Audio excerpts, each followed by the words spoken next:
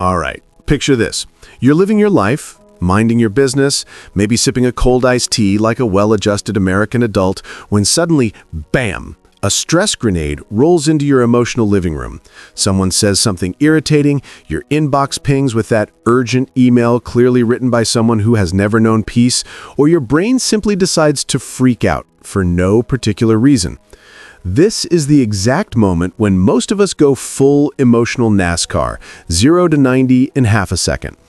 But here's the magic trick, and I swear it's almost annoyingly effective. Don't hit the gas, hit the pause button.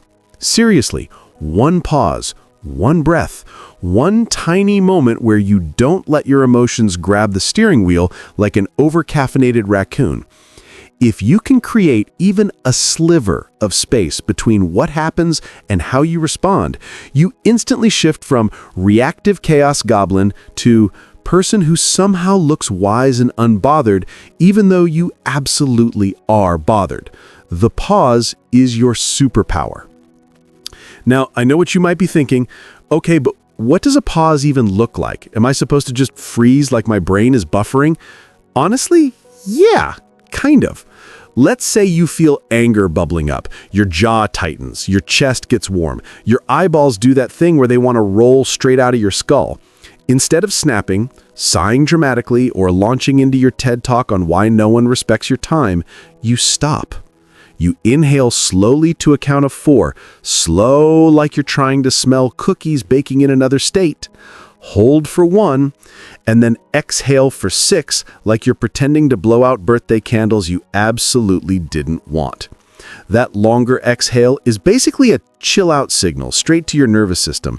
It shuts down the emotional hijacking and lets your rational brain roll back into the driver's seat like, all right, I'm back. Did I miss anything?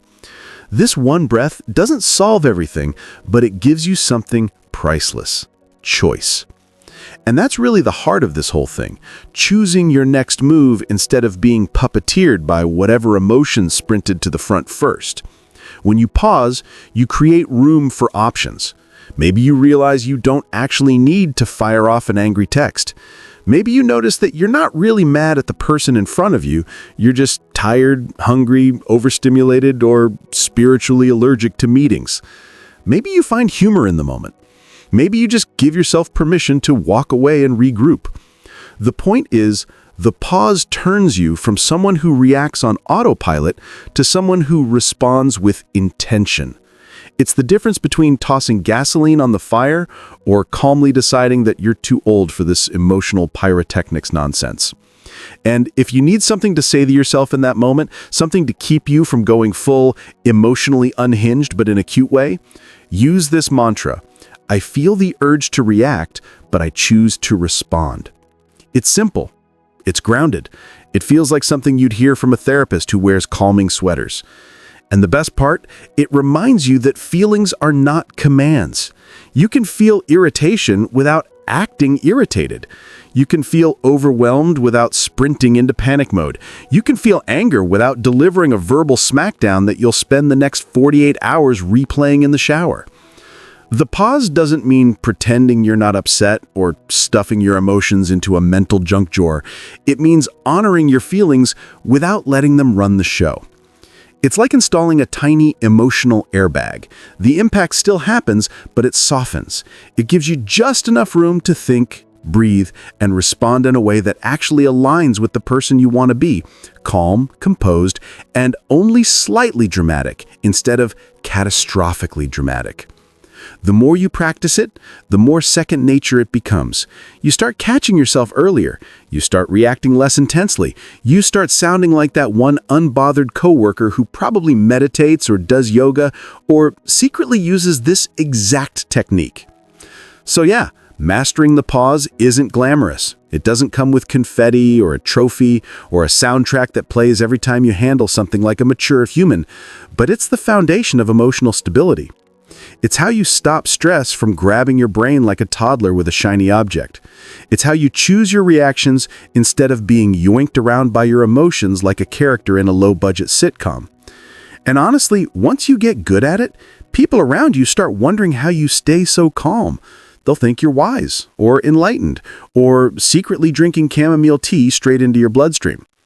But really, it's just one simple, powerful skill. Take the pause, own the pause, use the pause.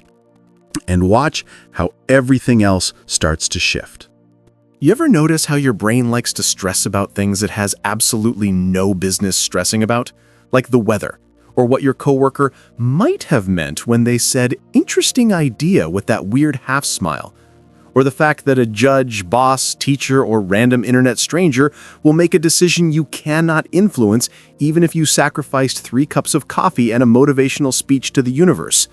It's like your mind has a full-time hobby, inventing problems it cannot solve. And honestly, that hobby needs to retire. Here's the truth that feels both obvious and life-changing. Not everything is yours to control.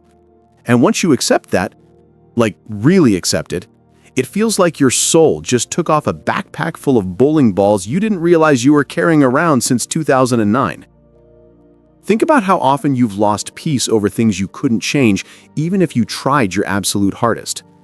Other people's opinions? Nope, not your job. You could walk around juggling flaming swords while reciting Shakespeare and someone would still say, seems a little extra. The past? Locked in. Can't rewrite it unless you have a time machine hidden under your bed, and if you do, please tell literally no one. Global events? You can stay informed, vote, donate, act with integrity, but you're not single-handedly steering the planet like it's a bumper car. And of course, the weather. Mother Nature is going to do whatever she wants. She doesn't care about your picnic, your hair, or your very expensive, non-refundable outdoor reservations. We spend so much time mentally wrestling with these uncontrollable things that it's no wonder we feel exhausted. It's like trying to lasso the wind. Dramatic, pointless, and honestly kind of funny once you step back and realize what you're doing. But here's where things get good, like third cup of coffee kicking in good. There are things you can control, and they're basically the keys to your sanity. Your effort, your attitude, the way you prepare, the way you show up, the energy you bring to a situation. These are the parts of life that actually respond when you work on them. They're your domain, your territory, your little island of power in the ocean of chaos. When you focus on these, life feels a whole lot more manageable. It's like realizing you can't control the wind, but you can adjust your sail. And suddenly, you're not being tossed around like a confused piece of driftwood, you're actually steering somewhere. One super practical way to make this real, like, I actually understand this now instead of pretending I do, is to grab a piece of paper and draw a line straight down the middle. On the left side, write, in my control, and on the right side, write, out of my control. Then take whatever stressful situation is currently chewing on your nerves and break it down. On the in my control side, write things like how I show up, how much effort I put in, how prepared I am, how I choose to communicate, how I take care of myself, how I decide to respond instead of react.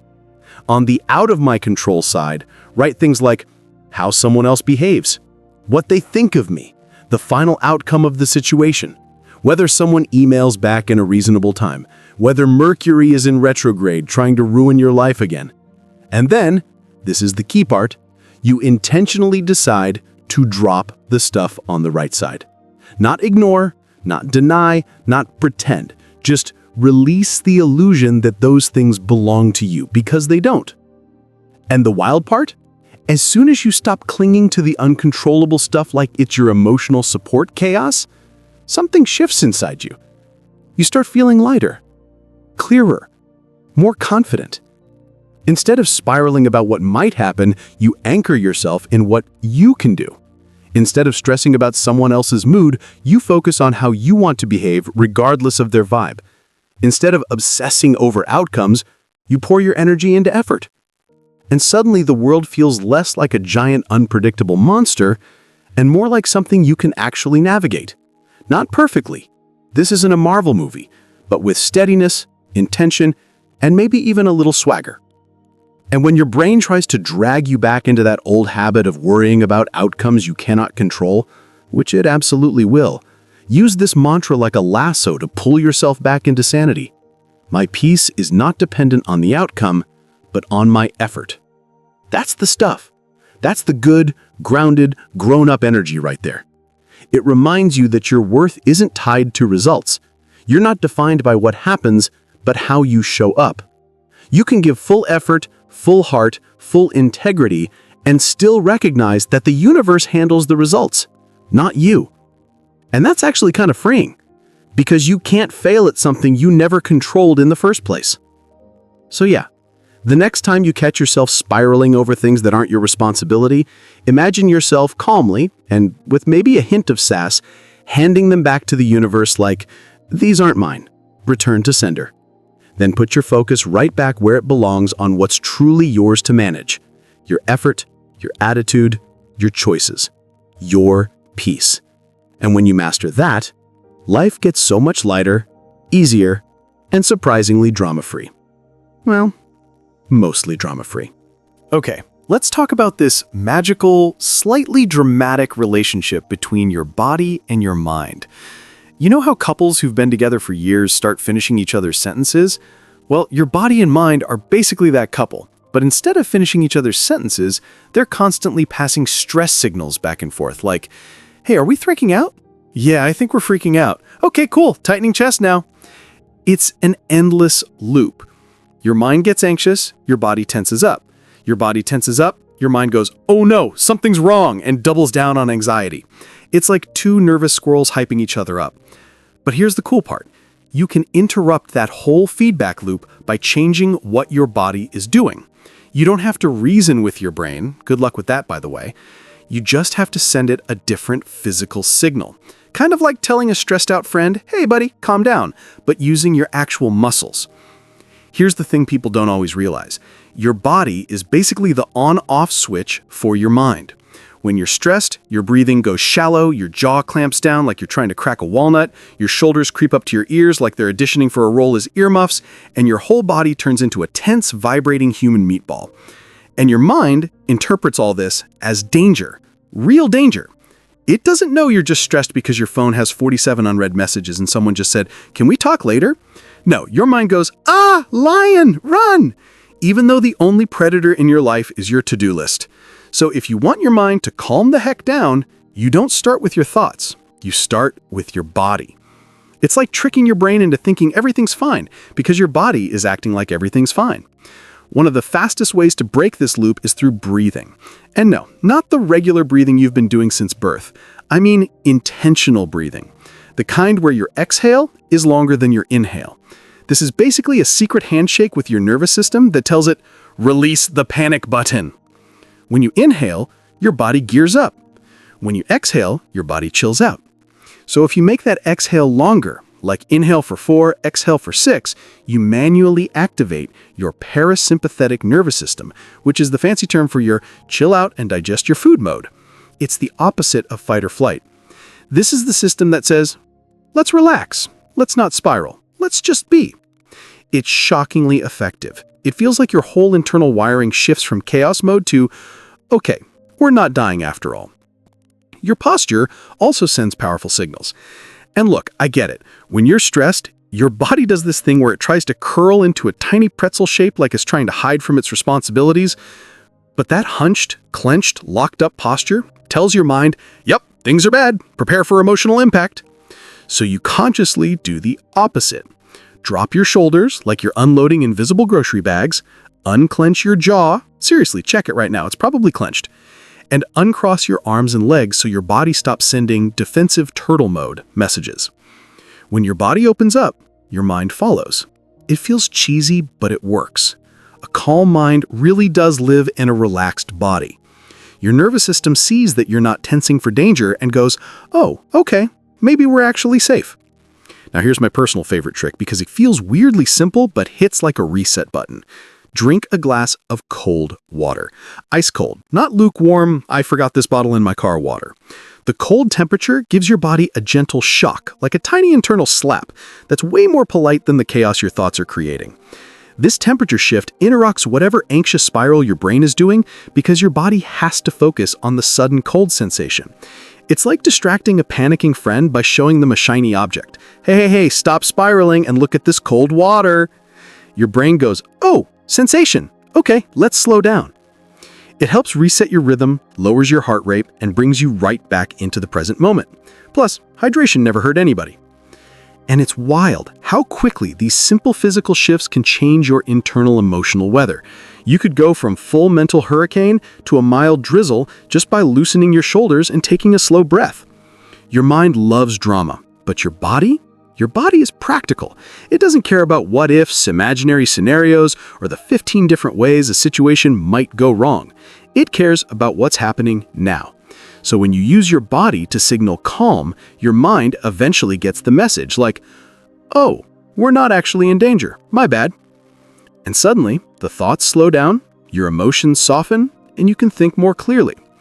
The more you practice using your body to influence your mind, the more automatic it becomes.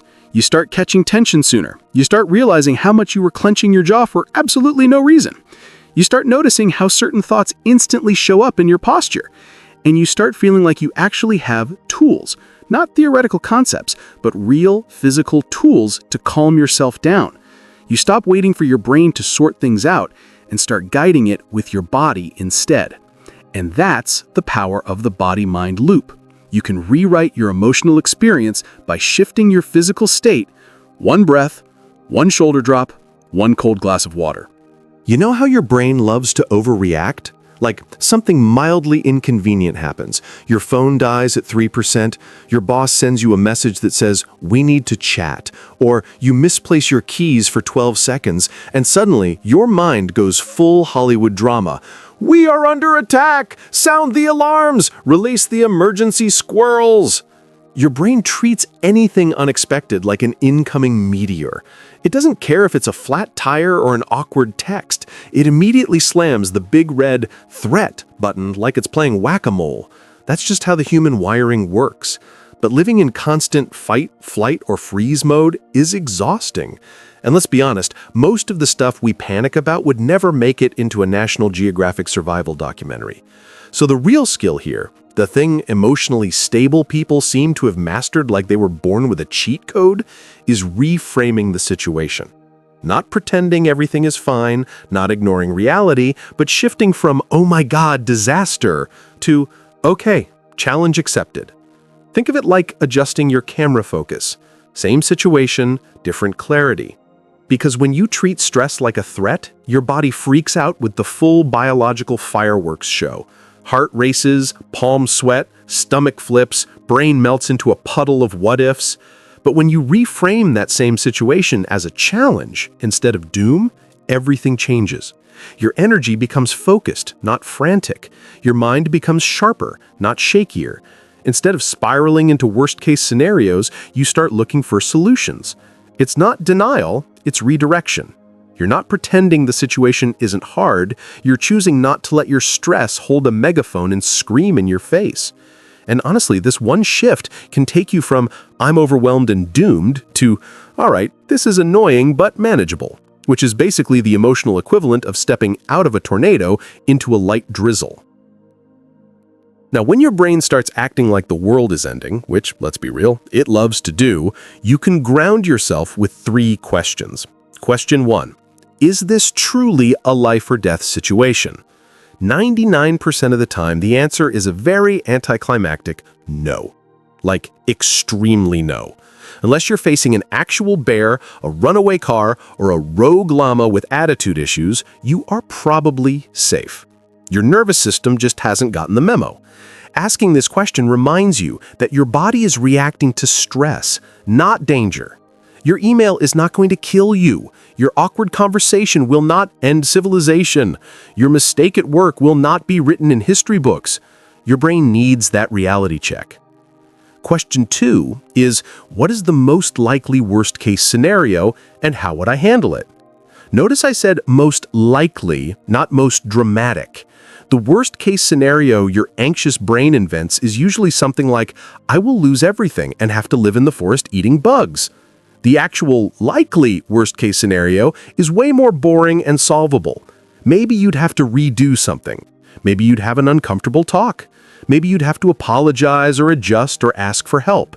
When you make the fear concrete, instead of letting it roam free like a wild raccoon in your imagination, it becomes manageable. You start thinking, okay, If that happened, here's what I'd do. And suddenly the unknown feels less like a monster under the bed and more like a messy chore you don't feel like doing, but can handle. Then comes question 3, which is basically your pull yourself together button. What is one small, immediate action I can take right now to improve the situation? Not 10 actions, not a full plan crafted like you're giving a presentation to a board of directors, just one step. Because action interrupts panic. Motion interrupts spiraling.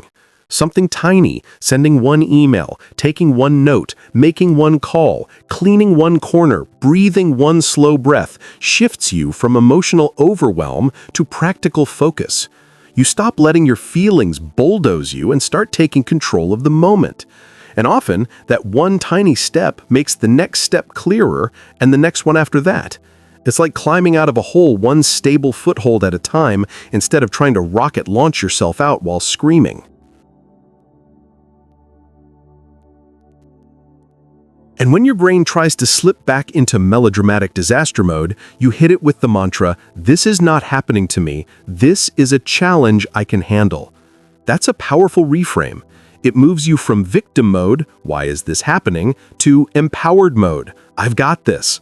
You're no longer a passive character being tossed around by life. You're the problem solver, the responder, the human who might be mildly annoyed, but is absolutely capable. This mantra doesn't magically fix the situation, but it fixes your mindset, which is half the battle. It helps you tap into the part of you that has survived every single hard thing you've ever been through, which is a pretty solid track record if we're being honest.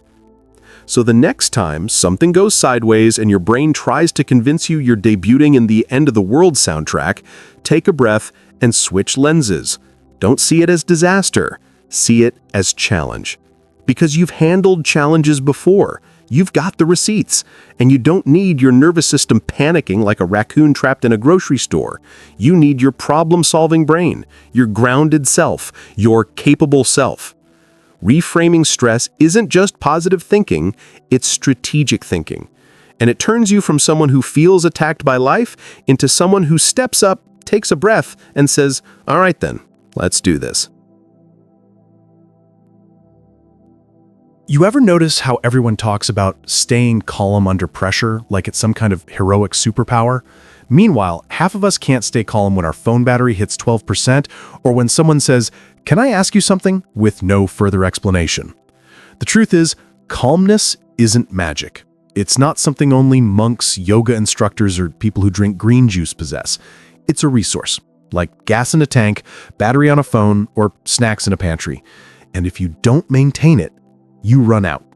And when you run out, oh boy, suddenly you're snapping at people, getting overwhelmed by tiny problems, losing patience with everyone, including your dog, and wondering why you're one minor inconvenience away from emotional combustion. Spoiler, it's not because life is out to get you, it's because you're running on fumes. Your nervous system is tired, real tired. And you can't expect calmness to magically appear when you treat your body like a malfunctioning rental car you keep pushing to the limit without ever giving it an oil change. This is where self-care comes in. Not the fluffy Instagram version of self-care with bubble baths and $42 candles, though those are great. I mean the real stuff. Sleep, food, hydration, movement, downtime. The basic human maintenance. The stuff that actually keeps your brain from short-circuiting when someone texts, "Hey, we need to talk." Your calmness depends on this. If you're exhausted, underfed, overcommitted, overstimulated, and haven't slept well since the Obama administration, it doesn't matter how many mindfulness quotes you read. Your system is overloaded. You're not bad at staying calm. You're just tired. And tired people don't make good decisions. They make snack-based decisions. They make "I'm never speaking to that person again" decisions. They make "Why is everyone breathing so loudly" decisions. Being calm requires energy. Being steady requires fuel. Being patient requires a rested brain. And none of that happens by accident. So instead of treating self-care like a little treat you give yourself when you've earned it, like a gold star for surviving the week, you treat it like armor, like preparation, like the thing that lets you handle life without turning into an emotional pressure cooker. Self-care isn't the dessert, It's the foundation. You don't reward yourself with sleep. You survive because of sleep. You don't deserve hydration. You literally require hydration to function like a human being instead of a dried raisin with opinions. You don't earn rest. You need rest so you don't burn out. Think of it this way. You wouldn't run a marathon on 2 hours of sleep, a bag of chips, and 1 gulp of water. So why do we expect ourselves to run emotional marathons on that exact lifestyle? Calmness takes preparation. It's built long before the stressful moment ever shows up. One of the best ways to protect your energy is to create a list of non-negotiables. These are small, simple, absolutely essential activities that recharge you. Not the stuff you wish you would do, but the stuff that genuinely keeps you sane. For most people, this includes things like 7 to 9 hours of sleep, not the chaotic 4 to 6 hours you've been convincing yourself is fine, a 20-minute walk, stretching, reading for a little bit, drinking water before anything else, eating actual meals instead of scavenging like a raccoon, or taking a quiet moment to breathe. These aren't luxuries. These are the emotional equivalent of putting on shoes before walking outside. You can skip them, but you will suffer. Pick 1 to 3 of these things and commit to them like your peace depends on it, because it does. These tasks become your shield, your daily tune-up, your protective gear. When life throws its usual chaos at you, and it will, you're not standing there defenseless. You've got energy, clarity, resilience. You've actually prepared. And here's the amazing part. When you treat self-care as non-negotiable, your whole mindset shifts. You stop feeling guilty for resting. You stop apologizing for needing time to recharge. You stop waiting until you break down to give yourself what you needed all along. And your reactions start changing too. Annoying things feel smaller. Stressful things feel more manageable. Conversations feel easier. Decisions feel clearer. You're not trying to stay calm while running on empty. You're responding with intention because you actually have the internal resources to do so. It's like driving a car with the gas light on to cruising with a full tank. Everything becomes smoother. And whenever you need to remind yourself why self-care matters, not as a treat, not as a bonus, not as a maybe if I have time, but as daily protection, you use this mantra, I protect my energy so I can respond with intention. That's the mindset shift. It's not selfish, it's strategic. It's not avoidance, it's preparation. It's not indulgence, it's maintenance. When you protect your energy, you protect your peace, your clarity, your patience, your ability to think straight, and honestly, your ability to deal with other human beings without wanting to legally change your name and move to the woods. So treat your self-care like armor, not a reward. Take your sleep seriously. Feed yourself real food. Move your body a little. Give yourself breaks. Set boundaries with people who drain you. Put your mental health at the top of the list instead of somewhere between vacuum the car and alphabetize the spices. The calmer, stronger, more resilient version of you isn't created in the moment of stress. It's created in the moments before stress ever arrives. Protect your energy, and you'll handle life like someone who knows exactly what they're doing, even on the days you absolutely do not.